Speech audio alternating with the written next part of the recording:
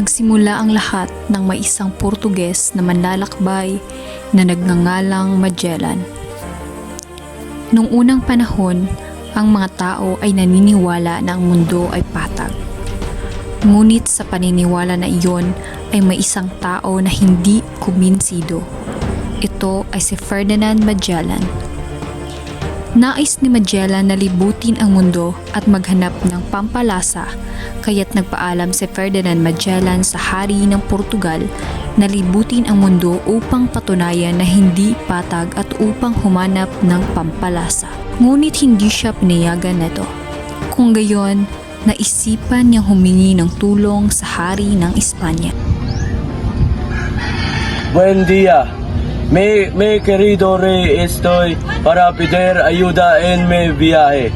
Para probar mundo no es plano y para controlar especias. Les doy mi bendición para su viaje. Usan los 5 barcos Trinidad San Antonio, Concepcion, Santiago y Victoria. At nagsimula na ang ekspedisyon ni Magellan.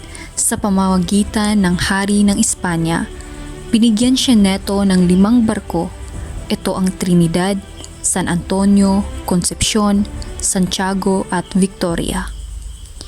Matapos ang ilang buwan na paglalayag sa karagatan, sila'y nakakita ng isang isla na nababalot sa hamog noong March 16, 1521. At noong March 18, 1521, sila ay nakarating sa isang isla na nagngangalang Humunhon, Samar.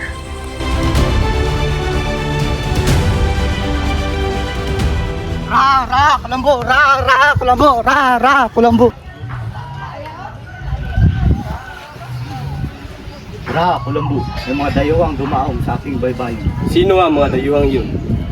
Daling-daling pumunta si Raha Humabon at ang mga katutubong Pilipino sa dalampasigan at ang nakita ang barkong sinasakyan ni Magellan. Sila'y namangha sa kanilang nakita at sila'y nagkantahan sa dalampasigan upang lubungin sila. Sa pamumuno ni Raha Kulambo at kanyang kapatid na si Raha Siago.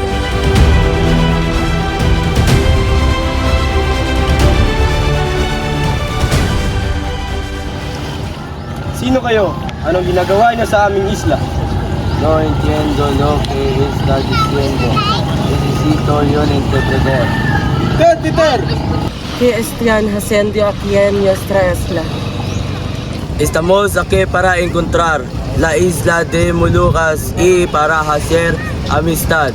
También para negociar comida y suministros. Nuestro rey es el capitán más poderoso del mundo. Narito kami upang hanapin ang isla ng Molucas at upang makipagkaibigan. Gayon din ang makipagpalit ng pagkain at kagamitan. Ang aming hari ang pinakamakapangyarihang kapitan sa buong mundo. Kung gayon din, tinatanggap kayo namin ng buong puso. En este momento nos complace conocerlos y los recibimos con todo nuestro corazón. En nombre del rey Carlos de España y del Altísimo Dios, les agradecemos su hospitalidad y generosidad. Pangalan ni Haring Carlos na Espanya at sa kataas-taasang Diyos sa lahat, pinapasalamatan niya kayo sa inyong pagtanggap at kabutihan. Esta cruz os será de provecho. Esta isla será sometida a Carlos, Venero de España, y sus habitantes deberán pagar impuestos. Ang krus na ito ay makakabuti sa inyo at magsisilbing palatandaan dahil kung sakaling mang dumating ang mga Espanyol, malalaman nila na nanggaling na kami dito at hindi na kayo pupuntahan. Esta isla será sometida a Carlos, Venero de España, y sus habitantes deberán pagar impuestos. Ang islang ito ay mas mapapasailalim kay Carlos Miñoros ng Espanya at sa mga nasasakop pa dito ay kailangan din ng magbayad ng buwis.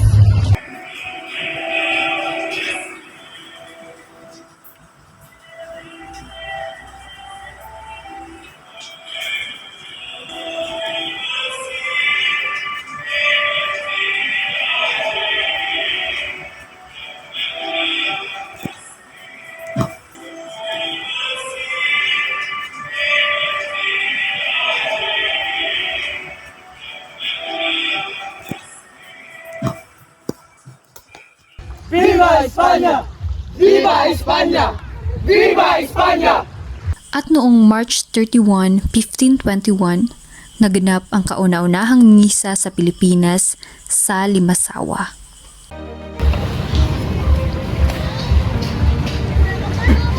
Humabon, narito po raw ang iyong kaibigang si Raha Zula. Sige, papasukin siya. Pumasok ka raw. Magandang araw, aking kaibigan. Magandang araw rin, Raha Zula. Ano ikait na parito? Naparito ako sapagkat nais ko lamang sa inyo ipabatid na ako'y nakakita ng mga maputing dayuhan na dumaong sa pulo na pinamumunuan ng iyong kaibigan na si Raha Colambo. At ano mang ginagawa ng aking kaibigan ni Sierra Colambo sa mga dayo?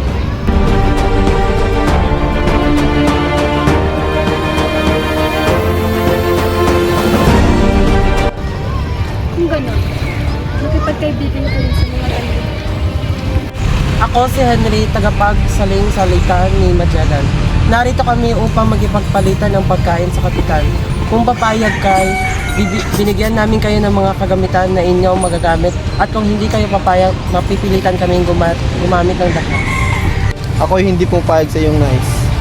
Nung una, mabuti pa ang pakikitungo ng mga Espanyol at hindi rin nagtagal lumabas rin ang kanilang tunay na kulay at inabuso nila ang mga katutubo.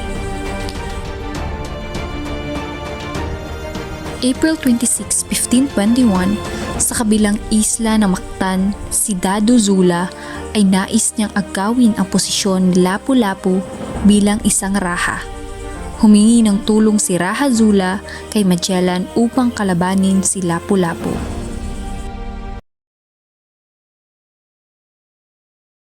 Magandang araw, Kapitan. Nais ko sanang humingi ng tulong upang labanan si Lapu-Lapu.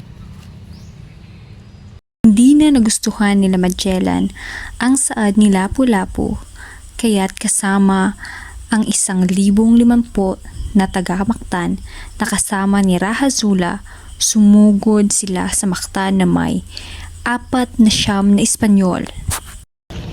Huwag natin hayaan sakupin tayo ng mga banyaga. Ipagtanggol ang ating bayan. Sugod! Sugod!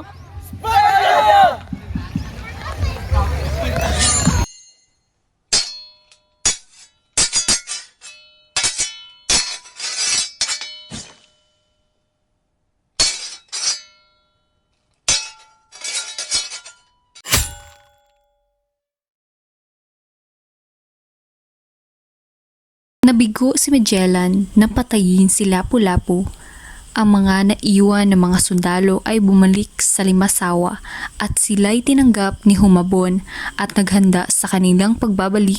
Ngunit ang hindi nila alam ay ito pala isang patibong upang maipaghiganti ang kanilang pang-aapi sa mga katutubo sa Limasawa.